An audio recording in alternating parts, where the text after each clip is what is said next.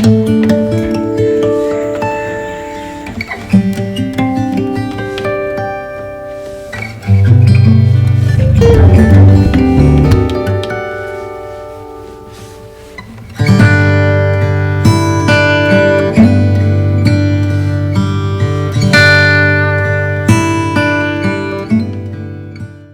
Friends, அனைவருக்கும் வணக்கம். நான் உங்கள் தமிழினி. இன்றைக்கி நம்ம வீடியோவில் குக்கிங் டிப்ஸ் தான் பார்க்க போகிறோங்க. ஒரு பிகினராக கிச்சனில் குக் பண்ண போகிறோம் அப்படின்னா நமக்கு இந்த முக்கியமான டிப்ஸ் எல்லாம் தெரிஞ்சுட்டு குக் பண்ணும்போது நமக்கு குக்கிங் ஈஸியாக இருக்குங்க. பணத்தையும் மிச்சம் பண்ணலாங்க. ஃபஸ்ட் டிப்ஸ் பார்த்திங்கன்னா பருப்பு சாம்பார் கண்டிப்பாக எல்லா டைம்லேயும் வைப்போங்க. அப்படி நம்ம வைக்கும்போது பருப்பு நம்ம குக்கரில் போட்டு வேகும்போது பருப்பு தனியாக தண்ணி தனியாக ஒரு மாதிரி நீத்து போன மாதிரி இருக்குங்க. அப்படி நமக்கு இருக்கக்கூடாது அப்படின்னா விளக்கெண்ணெய் ஊற்றும் போது நமக்கு நல்லா கெட்டியாக குழஞ்சு பருப்பு நமக்கு கிடைக்குங்க. சாம்பாரில் காய் போடும்போது காய் தனியாக பருப்பு தனியாக இல்லாமல் நல்லா திக்காக இருக்குங்க.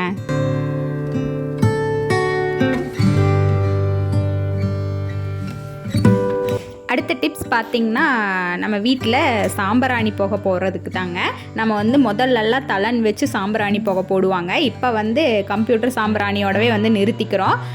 ஏன்னு கேட்டால் அப்போல்லாம் அடுப்பில் தண்ணி காய வச்சு தலன் இருக்கும், அதில் போடுவாங்க. இப்போ அடுப்பே நம்ம யூஸ் பண்ணுறதுல ஹீட்டரோடவே நிறுத்திக்கிறோங்க. இப்போ இருக்க சுச்சுவேஷனில் கேஸ் அடுப்பு வச்சு நம்ம எப்படி தலன் போடுறது அப்படின்னா நம்ம வீட்டில் தேங்காய் சொருவிட்டு அந்த தொட்டாங்குச்சி இருக்குங்க. அதை நம்ம ஹீட் பண்ணிவிட்டு லைட்டாக அது எரிய ஆரம்பித்த உடனே நம்ம தீவக்கோலில் எடுத்து வச்சுட்டு வெளியிலையோ இல்லாட்டி உள்ளேயே ஒரு இடத்துல சேஃப்டியான ஒரு இடத்துல வச்சிட்டோம் அப்படின்னா அது தலன் விழுந்துருங்க. இப்போ நம்ம அதை தலன் எடுத்துகிட்டு போய் சாம்பிராணி போடலாங்க. சாம்பிராணி போட்டு முடிச்சுட்டு வீட்டில் கொசுத்தொல்லை அதிகமாக இருந்துச்சுன்னா அது மேலே லைட்டாக ஒரு கைப்பிடி வேப்பந்தலையை அது மேலே போட்டுடலாங்க. போட்டுட்டு ஃபேனை அதிகமாக ஸ்பீட் வைக்காமல் ஒரு பாயிண்டில் வச்சோம் அப்படின்னா அது நல்லா புகஞ்சு வீட்டில் இருக்க கொசுவெல்லாம் தொல்லை இருக்காதுங்க.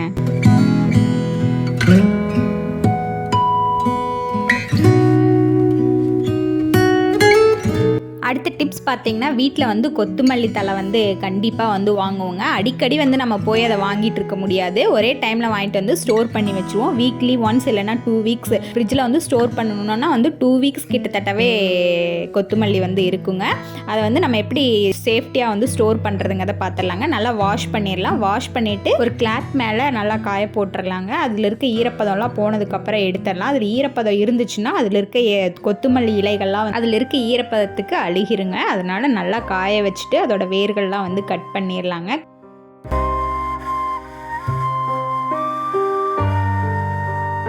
கொத்தமல்லி இலைகள் நம்ம ஃப்ரிட்ஜில் ஸ்டோர் பண்ணும்போது ஒரு 2 வீக்ஸ் வரைக்குமே நல்லா ஸ்டோர் பண்ணிட்டோம்னா வருங்க. அதனால் நம்ம பத்திரமா மல்லி இலைகளை ஸ்டோர் பண்ணணுங்க. கொத்தமல்லியோட தண்டு பகுதிகளெல்லாம் நல்லா கட் பண்ணிவிட்டு க்ளீன் பண்ணியாச்சுங்க. இப்போ நம்ம ஒரு ஸ்டோரேஜ் பாக்ஸ் எடுத்துக்கலாம். அதில் கீழே ஒரு பேப்பர் போட்டுடுங்க. நம்ம ஈரத்தை அப்சர்வ் பண்ணுற மாதிரி பேப்பர் போட்டுட்டு நம்ம எடுத்து ஸ்டோர் பண்ணிடலாங்க.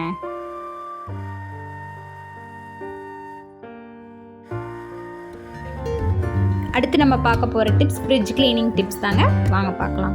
நம்ம ஃப்ரிட்ஜை நல்லா க்ளீன் பண்ணி எடுத்தாச்சுங்க. க்ளீன் பண்ண ஃப்ரிட்ஜில் ஸ்மெல் ஃப்யூச்சரில் ஏதாவது வராமல் இருக்கிறதுக்காக நம்ம சாப்பிட்ட ஆரஞ்சோட தோல் நல்லா வெயிலில் காய வச்சு அதை ஒரு பாக்ஸ்லேயோ இல்லைன்னா ஒரு பேப்பர்லேயோ போட்டு ஃப்ரிட்ஜோட கார்னரில் வச்சிடலாங்க. எந்த விதமான ஸ்மெல்லும் வராது. அடுத்து நம்ம பார்க்க போகிற டிப்ஸ் வெண்டங்காய் குக் பண்ணுற டிப்ஸ் தாங்க. வெண்டங்காய் நார்மலாகவே நம்ம வாங்கிட்டு 1 வீக் கழித்து நம்ம குக் பண்ணணும் அப்படின்னா வெண்டங்காவை கட் பண்ணும்போது பிஞ்சாக வாங்கிட்டு வந்திருப்போங்க. ஆனால் கட் பண்ணும்போது பார்த்திங்கன்னா முத்திருக்கும். அதோட காம்பு பகுதியும் அதோட தண்டு பகுதியும் அப்படியே வச்சுட்டோம் அப்படின்னா வெண்டங்காய் கண்டிப்பாக முத்தி போயிருங்க. அதனால் கண்டிப்பாக நீங்கள் வாங்கிட்டு வந்தோடனே குக் பண்ணுறதுக்கு முன்னாடி தண்டு பகுதியையும் அதோட நுனி பகுதியும் கட் பண்ணிவிட்டு ஸ்டோர் பண்ணிக்கோங்க ஃப்ரிட்ஜில்.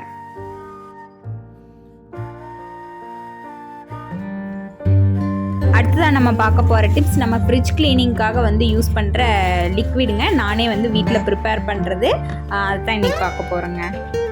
இன்றைக்கான ஃப்ரிட்ஜ் கிளீனிங் டிப்ஸில் ஃப்ரிட்ஜில் ரொம்ப ஸ்மெல் அதிகமாக இருந்துச்சு அப்படின்னா நீங்கள் லெமன் கூட வாட்டர் ஆட் பண்ணிவிட்டு ஸ்ப்ரே பண்ணி தொடச்சா அதில் இருக்க ஸ்மெல் போயிருங்க. ரொம்ப ஸ்ட்ரெயின்ஸ் அதிகமாக இருக்குது அப்படின்னா அது கூட சோடா உப்பு ஆட் பண்ணி அது கூட ஸ்ப்ரே பண்ணி நல்லா தொடச்சிங்கன்னா அதில் இருக்க கரைகள் எல்லாமே சுத்தமாக க்ளீன் ஆயிருங்க.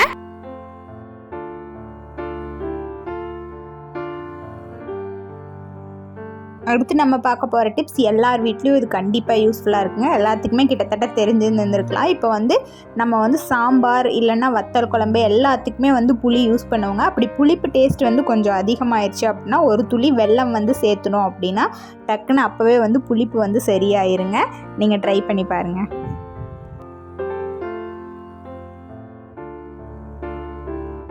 அடுத்த டிப்ஸ் பார்த்திங்கன்னா ரசம் வைக்கிறதுக்கான டிப்ஸ் தாங்க. ரசம் வந்து தேங்காய் எண்ணெயில் வச்சோம் அப்படின்னா வந்து டேஸ்ட் இன்னுமே கொஞ்சம் எக்ஸ்ட்ரா இருக்குங்க.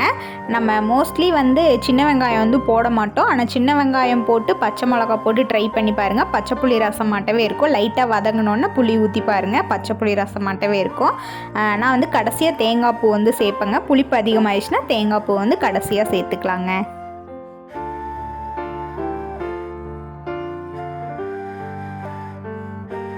அடுத்து நம்ம பார்க்க போகிற டிப்ஸ் வெண்டைக்காய் தாங்க. வெண்டைக்காய் எப்போ வணக்கினாலும் நமக்கு வந்து அந்த பிசுபிசுப்பு வந்து கண்டிப்பாக இருக்குங்க. வெண்டைக்காய்க்குள்ள குணமே வந்து அந்த வளவளப்பு வந்து அதிகமாக இருக்கிறது தாங்க.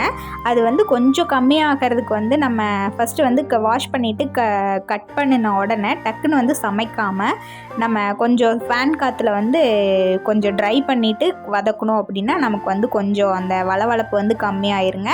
இல்லாட்டி வந்து நல்லா புளிச்ச தயிர் வந்து சும்மா ஒரு 1/2 ஸ்பூன் 1 ஸ்பூன் வந்து சேர்த்துனிங்கனாலும் அந்த வளவளப்பு வந்து கமைஞ்சிருங்க.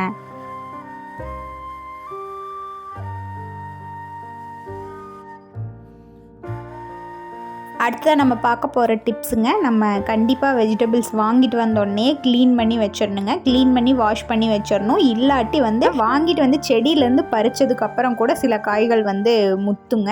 நம்ம கண்டிப்பாக மார்க்கெட் போய் வாங்கிட்டு வரும்போது மார்க்கெட்டில் வந்து 1 வீக்குக்கு தேவையானதாக வாங்குவோம்.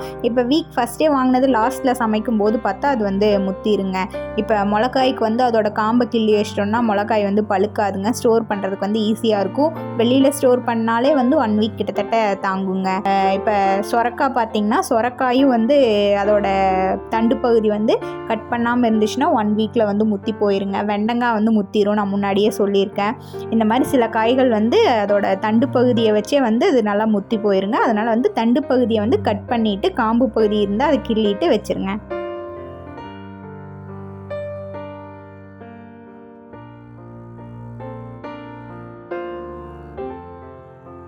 டிப் நம்பர் 11 பார்த்திங்கன்னா நம்ம சாம்பார் வைக்கும்போது வந்து நமக்கு சாம்பாரில் வந்து உப்பு கொஞ்சம் அதிகமாயிருங்க. அந்த மாதிரி டைமில் நம்மக்கிட்ட வந்து உருளைக்கிழங்கு இருக்குங்க. அந்த உருளைக்கிழங்கு வந்து கொஞ்சம் பெரிய பெரிய துண்டுகளாக நான் வந்து கொஞ்சம் சின்னதாகவே கட் பண்ணியிருக்கேன். நீங்கள் வந்து பெரிய பெரிய துண்டுகளாக வந்து கட் பண்ணி நம்ம குழம்புல வந்து போடும்போது நமக்கு போட்டுட்டு ஒரு கொஞ்சம் நேரத்தில் எடுத்துட்டோம்னா அதோட உப்பை வந்து எடுத்துருங்க.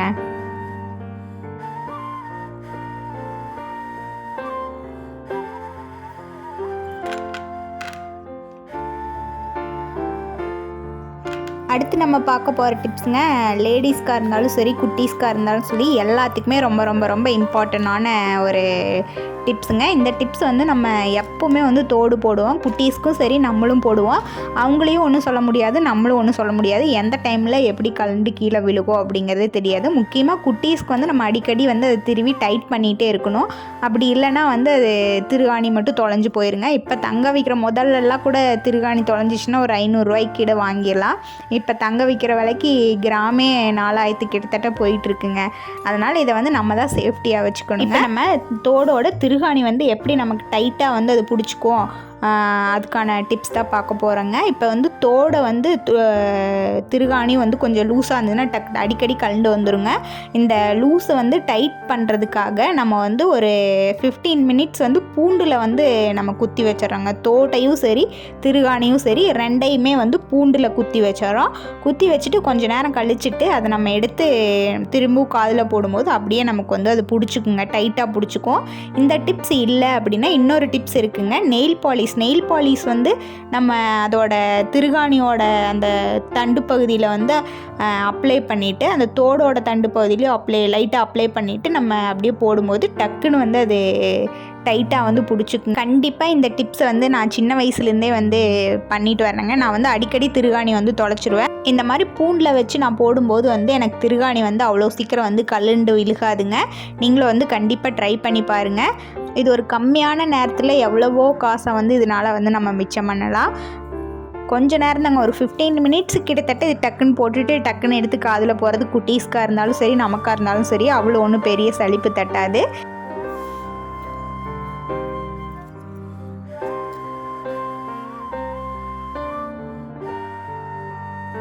அடுத்த டிப்ஸ் பார்த்திங்கன்னா சாம்பாருங்க. சாம்பாரோட டேஸ்ட்டை வந்து இன்னும் நம்ம அதிகப்படுத்தணும் அப்படின்னா முருங்கைக்காய் வந்து சேர்த்துக்குங்க. முருங்கைக்காய் சேர்த்துனாலே சாம்பாரோட டேஸ்ட்டே வந்து அது ஒரு தனி டேஸ்ட்டாக தான் கண்டிப்பாக இருக்குங்க. நம்ம முருங்கைக்காய் சேர்த்து அதை வந்து சாம்பார் வந்து கொதிக்கிடும்போது டேஸ்ட்டு சூப்பராக இருக்குங்க. கெஸ்ட் யாராவது வரும்போது நீங்கள் கண்டிப்பாக வந்து முருங்கைக்காய் இல்லைனாலும் வாங்கிட்டு வந்து சேர்த்து நீங்கள் ட்ரை பண்ணி பாருங்கள். முருங்கைக்காய் வந்து ஒரு தனி டேஸ்ட்டு தருங்க. டேஸ்ட் வைஸ் பார்த்தீங்கன்னா சாம்பாரை வந்து டேஸ்ட் அதிகமாக்க பொருட்கள் வந்து நிறையா இருக்குங்க. ஆனால் வந்து லுக் வைஸும் சரி, ஸ்மெல் வைஸும் சரி, ரிச் லுக் ஆக்கிறதுக்கு வந்து ஒரே ஒரு ஃப்ளேவர் வந்து மல்லித்தலை தாங்க. இந்த மல்லித்தலை வந்து அடுப்பை ஆஃப் பண்ணிவிட்டு சாம்பார் வந்து போட்டுட்டு க்ளோஸ் பண்ணி வச்சுருங்க. நம்ம ஓப்பன் பண்ணும்போது ஸ்மெல்லும் சரி, லுக்கும் சூப்பராக இருக்குங்க.